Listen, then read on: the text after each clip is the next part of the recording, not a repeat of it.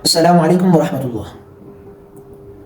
آپ دیکھ رہی ہیں مفتی محمود آفیشیل. اللہ رب العزت نے اس کائنات میں بڑے عجیب و غریب واقعات کا ظہور فرمایا.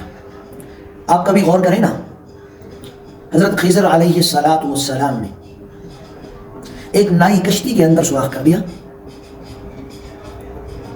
بالکل بے عیب کشتی تھی، کشتی میں کچھ بھی نہیں تھا، پرانی بھی نہیں تھی بھی غریبوں کی، فقیروں کی، کمزور آدمی تھے.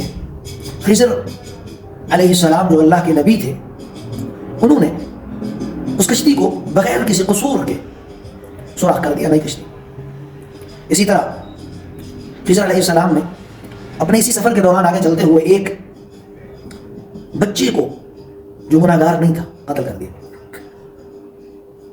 بغیر کسی قصور کے. نہ اسے قصاصاً قتل کیا. ظاہری طور پر اس کا اس وقت کوئی گناہ نہیں تھا، وہ بالکل پاک تھا، لیکن خضر نے اس کو قتل کر دیا. اسی سفر میں تیسرا بڑا عجیب واقعہ پیش آیا. خضر علیہ السلام نے ایک گاؤں کے، ایک دیہات کے اندر جا کر وہاں ایک گرتی دیوار کو دوبارہ کھڑا کر دیا، سیدھا کر دیا. حالانکہ اس گاؤں کے لوگوں نے سیدنا خضر کی میزبانی بھی نہیں کی، مہمان نوازی بھی نہیں کی، مدد و نصرت بھی نہیں کی. یہ تین واقعات موسیٰ علیہ السلام اور خضر علیہ السلام کے سفر کے دوران پیش آئے. تینوں بڑے عجیب واقعات تھے. پہلے واقعے میں تو سیدنا خضر علیہ السلام نے ایک نئی کشتی کو جو 2 یتیم لڑکوں کی تھی اس میں سوراخ کر دیا، اس کو عیب زدہ بنا دیا. پھر دوسرے واقعے کے اندر خضر نے ایک لڑکے کو قتل کر دیا. اور تیسرے واقعے میں جس قوم نے نہ انہیں کھانا دیا، نہ ان کی میزبانی کی، اس قوم کے لوگوں میں سے کسی ایک کی دیوار کو، گرتی ہوئی دیوار کو دوبارہ تعمیر کر کے درست کر دیا. اور موسیٰ علیہ السلام بڑے ناراض بھی ہوئے تھے تینوں واقعات میں، حتیٰ کہ وہ کہنے لگے کہ اے خضر آپ یہ کیا کر رہے ہیں. پہلے واقعے میں بھی موسیٰ علیہ السلام نے ناراضی کا اظہار فرمایا، دوسرے میں بھی، تیسرے میں بھی، ہر واقعے میں. بعد میں جب خضر علیہ السلام نے ان تینوں واقعات سے متعلق موسیٰ علیہ السلام کو تفصیل بتائی تو فرمایا کہ رحمت من ربک، یہ تیرے رب کی رحمت ہے، یہ تیرے رب کی رحمت ہے. یعنی کشتی کا توڑنا، ایک بچے کا قتل ہو جانا، گرتی ہوئی دیوار کو سیدھا کر دینا جبکہ اس کی قوم کے لوگوں نے کوئی مدد و نصرت نہ کی، یہ تیرے رب کی رحمت ہے.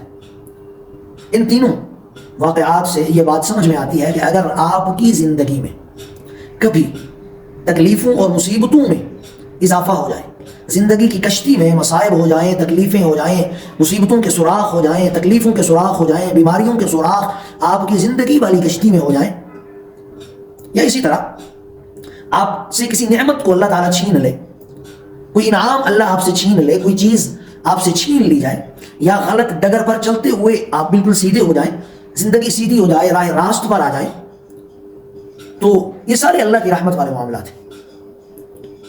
زندگی کی کشتی میں لاتعداد مصیبتیں آتی ہیں، سینکڑوں پریشانیاں آتی ہیں.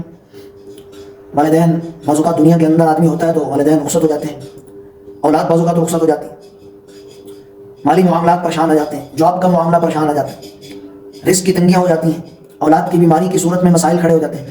تو زندگی کے اندر رہتے ہوئے اس زندگی کی کشتی میں جتنی بھی تکلیفوں اور مصیبتوں کے سوراخ ہو جائیں، بڑی سے بڑی نعمت یا چھوٹی سے چھوٹی نعمت اچانک چھین لی جائے، چلی جائے، اللہ آپ سے واپس لے لے نعمت کو، اسی طرح آپ راہ راست پر آ جائیں، غلط راستے آپ کے لیے بند کر دیے جائیں، اچھے راستوں کا آپ کے لیے اللہ ظہور پیدا کر دے، یہ ساری چیزیں رحمت من ربک، آپ کے رب کی آپ کے لیے رحمت. بعض اوقات ہوتا ہی ہے کہ انسان کو بعض اوقات بڑی دیر سے سمجھ میں آتا ہے کہ جو فلاں نعمت چھینی تھی نا وہ اللہ کی رحمت ہی تھی، وہ جو فلاں تکلیف اور مصیبت آئی تھی نا وہ اللہ کی رحمت ہی تھی. بعض اوقات وہ بڑی دیر سے ان چیزوں کا احساس ہوتا، اور کسی کو فوری طور پر بھی احساس ہو جاتا ہے کہ یہ اللہ کی رحمت ہے. اللہ نے جو فیصلہ فرمایا وہ ہمارے حق میں بہتر فیصلہ ہے، وہ کارساز ہے، وہ حکمت والا رب ہے، وہ حکیم ہے، اس کے فیصلے ہمارے لیے بہتر ہیں. دعا کریں کہ اللہ تعالیٰ ہم سب کو صبر و شکر کے ساتھ اپنے فیصلوں پر راضی رہنے والا بنا دے. واخر دعوانا الحمدللہ رب العالمین.